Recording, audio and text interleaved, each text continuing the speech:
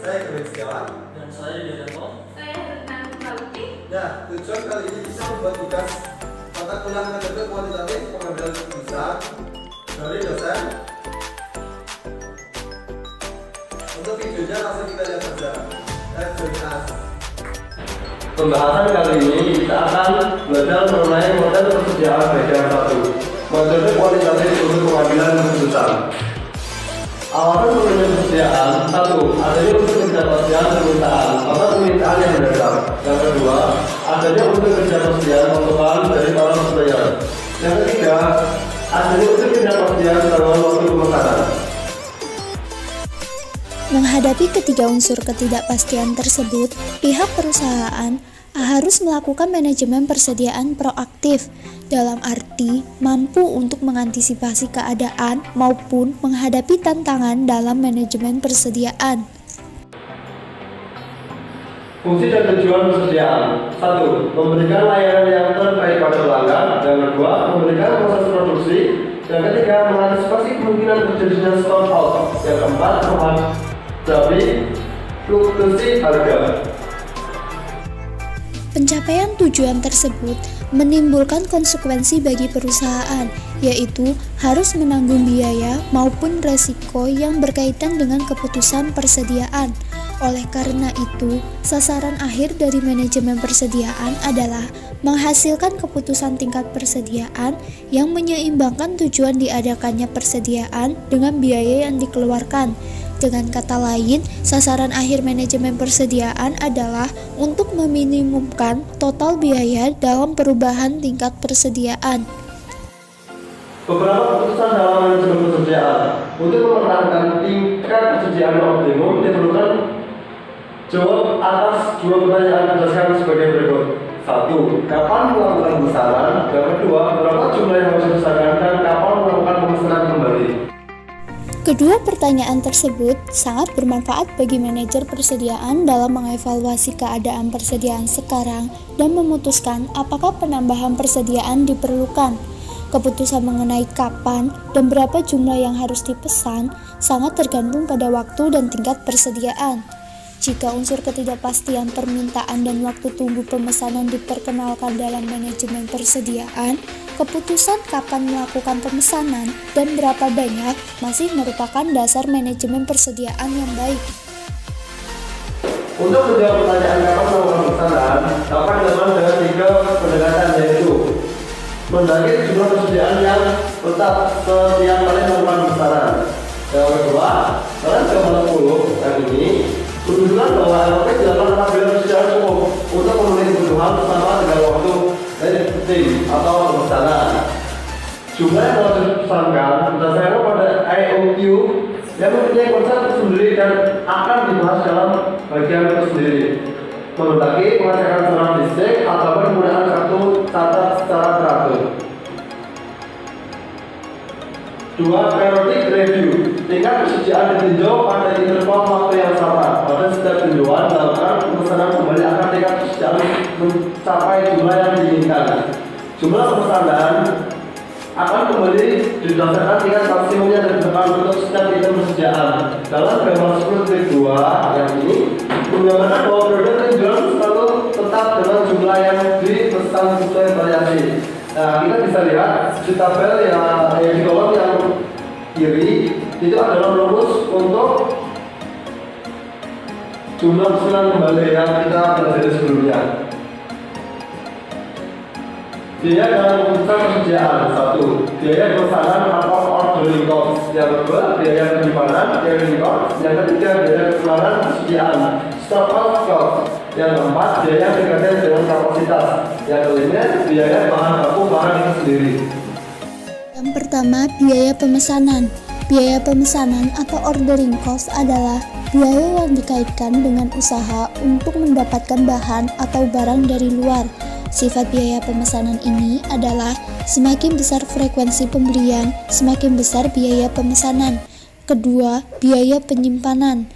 Sifat biaya penyimpanan adalah semakin besar frekuensi pembelian bahan, semakin kecil biaya penyimpanan. Ketiga, biaya kekurangan persediaan. biaya kekurangan persediaan atau stock out terjadi apabila persediaan tidak tersedia di gudang ketika dibutuhkan untuk produksi atau ketika langganan memintanya. Keempat, biaya yang dikaitkan dengan kapasitas. Biaya ini terjadi karena perubahan dalam kapasitas produksi. Perubahan kapasitas produksi diperlukan karena perusahaan berusaha untuk memenuhi fluktuasi dalam permintaan. Perubahan kapasitas produksi menghendaki adanya perubahan dalam persediaan. Yang kelima, biaya bahan atau barang. Biaya bahan atau barang adalah harga yang harus dibayar atas item yang dibeli. Biaya ini akan dipengaruhi oleh besarnya diskon yang diberikan oleh supplier. Oleh karena itu, biaya bahan atau barang akan bermanfaat dalam menentukan apakah perusahaan sebaiknya menggunakan harga diskon atau tidak. Model economic order atau quantity EOQ digunakan untuk menjawab pertanyaan berapa jumlah yang harus dipesan. Yang kedua, dari 5 kategori biaya yang dikaitkan dengan keputusan persediaan, hanya 2 yaitu biaya pesan dan biaya simpan yang relevan untuk diperhatikan bahkan dalam metode EOQ. Yang ketiga, karena stock out cost dan biaya perubahan kapasitas tidak akan terjadi apabila permintaan konstan, salah satu asumsi dalam model EOQ dan harga item diasumsikan tidak mengalami perubahan. Yang keempat, ketika kategori biaya tersebut tidak akan mempengaruhi keputusan kapan jumlah yang harus dipesan maupun kapan harus melakukan pemesanan kembali. 5 asumsi dalam model EOQ. Yang pertama, permintaan dapat dipesan secara pasti dan konstan. Nah, ini beragam dengan item yang dipesan independen dengan item yang lain atau perubahannya. Pesanan diterima dengan segala dan pasti. Nah, agar tidak terjadi stock out, harga item konstan. Nah, itu harga yang sudah pasti. Menghitung efektif secara matematik, jumlah pembelian permintaan selama satu periode atau L. Kita ke bawah, biaya simpan tahunan dalam rupiah atau unit. Bawahnya lagi langsung biaya setiap kali pemesanan. Ingat kualitas pemesanan atau unit order sama dengan kualitas pemesanan optimum EOQ. Jadi total biaya persediaan minimum atau yang paling sedikit lah biaya pemesanannya. Nah, kali ini saya akan membahas rumus untuk model persediaan bagian 1. Yang pertama, menghitung total biaya persediaan tahunan sama dengan total biaya pesan ditambah total biaya simpan. Kedua, menghitung total biaya pesan sama dengan jumlah pembelian atau permintaan selama satu periode dibagi kuantitas pemesanan dikali biaya setiap kali pemesanan. Ketiga, frekuensi pemesanan per tahun. Rumusnya, jumlah pembelian atau permintaan selama satu periode dibagi kuantitas pemesanan. Keempat, menghitung total biaya simpan sama dengan kuantitas pemesanan dibagi 2 dikali biaya simpan tahunan dalam rupiah per unit. Kelima, rata-rata persediaan. Rumusnya, kuantitas pemesanan dibagi 2. Keenam, EOQ sama dengan akar kuadrat dari 2 dikali jumlah pembelian atau permintaan selama satu periode dikali biaya setiap kali pemesanan dibagi biaya simpan tahunan dalam rupiah per unit. Adapun rumus menghitung karakteristik lain dari kebijakan persediaan optimum. Yang pertama, total biaya tahunan minimum sama dengan jumlah pembelian atau permintaan selama satu periode dibagi kuantitas pemesanan optimum atau EOQ dikali biaya setiap kali pemesanan ditambah kuantitas pemesanan optimum atau EOQ dibagi 2 dikali biaya simpan tahunan dalam rupiah per unit.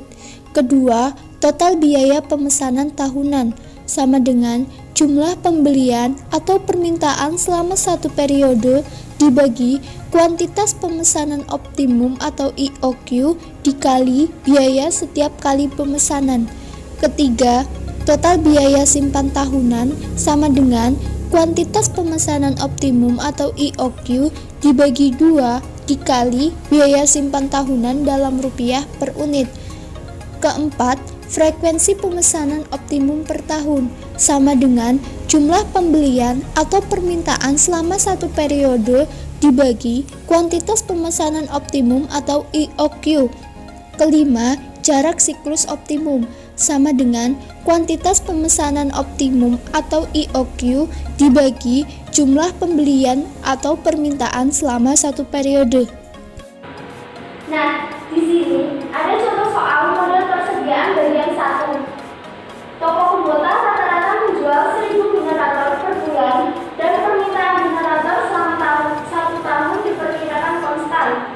Toko Kubota akan menetapkan kebijakan pemesanan sebanyak 2000 generator setiap kali pemesanan dengan waktu tunggu atau lifetime 6 hari.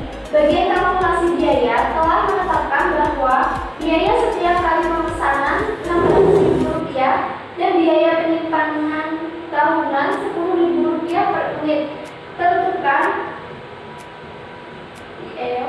ekonomi order quantity, total biaya tahunan minimum, total biaya pemesanan tahunan, total biaya simpan tahunan, frekuensi pemesanan optimum, dan jarak siklus optimum.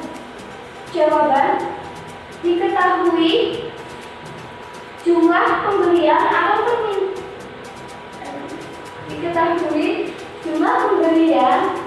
atau permintaan selama satu periode dalam 1 bulan 1000 generator per bulan. Karena ini tahunan, jadinya dikali 12 sama dengan 12.000 per tahunnya. Selanjutnya biaya setiap kali pemesanan yaitu Rp600.000 per tahun dan biaya simpan tahunan Rp10.000 per unit. Ditanya ekonomi order kuantitinya dengan rumus akar kuadrat dari 2 dikali 12.000 dikali 600.000 dibagi 10.000 sama dengan 1.200. 12.000-nya ini tadi kan sudah diketahui jumlah pembelian atau permintaannya 12.000 generator selama 1 tahun, dan S-nya itu biaya setiap kali pemesanan dan C-nya adalah biaya simpanan tahunan. Akar kuadrat dari 2 dikali 12.000 dikali 600.000 dibagi 10.000 adalah 1.200 unit. Yang kedua ada total biaya tahunan minimum. Total biaya tahunan minimum sama dengan 12.000 dibagi 1.200 dikali 600.000 ditambah 1.200 dibagi 2 dikali 10.000 sama dengan 12 juta rupiah. Yang ketiga, total biaya pemesanan tahunan sama dengan 12.000 dibagi 1.200 dikali 600.000 sama dengan 6 juta rupiah. Yang keempat, total biaya simpanan tahunan sama dengan 1.200 dibagi 2 dikali 10.000 sama dengan 6 juta. Yang kelima, menghitung frekuensi pemesanan optimum yaitu 12.000 dibagi 1.200 sama dengan 10 kali. Dan yang keenam, jarak siklus optimumnya yaitu 1.200 dibagi 12.000 sama dengan 0,1. Jika diasumsikan 1 tahun 300 hari kerja, maka waktu siklus optimum setiap pemesanan adalah jarak siklus optimum sama dengan 0,10 dikali 300 hari sama dengan 30 hari. Nah, dari pembahasan materi mengenai model persediaan bagian 1, adakah yang ingin didiskusikan? Materi tadi yang dijelaskan, saya mau tanya, sebutkan biaya yang berkaitan dengan biaya pemesanan, biaya kekurangan persediaan, dan biaya yang dikaitkan dengan kapasitas. Mohon penjelasannya. Terima kasih. Dari pertanyaannya Mbak Anggun tadi, mungkin Mas Ari bisa bantu menjawab. Saya akan menjawab pertanyaan dari Mbak Anggun. Yang pertama, biaya pemesanan berupa yang pertama biaya penulisan pesanan, kemudian ada biaya proses, kemudian ada biaya pengawasan, kemudian ada biaya faktur, kemudian ada biaya material atau perangko. Dan yang kedua ada biaya yang dikaitkan dengan kekurangan meliputi. Yang pertama biaya ekspedisi, kemudian ada penanganan khusus, kemudian biaya pengganti, dan kemudian ada biaya penggunaan penjadwalan produksi. Kemudian yang ketiga, ada biaya yang dikaitkan dengan kapasitas, meliputi biaya kerja, biaya lembur, latihan tenaga kerja baru, dan biaya labor seperti itu. Mungkin ada penjelasan yang sekian ya Mas. Ini yang berdengar saya dan Bun, apakah Bapak sudah paham? Ya, saya sudah paham. Ya, memang seperti itu. Dari buku yang saya baca pun seperti itu, jawaban pertanyaannya sudah sangat tepat. Terima kasih Mas saya. Nah, itu pertanyaan dari Mbak Anggun dan jawaban dari Mas Arya. Apakah ada yang ingin ditanyakan lagi? Saya rasa sudah cukup dan kalau bisa kita lanjut dulu. Bagaimana yang lalu? Cukup? Dan cukup. Demikian pembahasan materi mengenai model persediaan bagian 1 metode kuantitatif untuk pengambilan keputusan. Sekian dan terima kasih. Setelah menonton video kami kali ini, Semoga bermanfaat.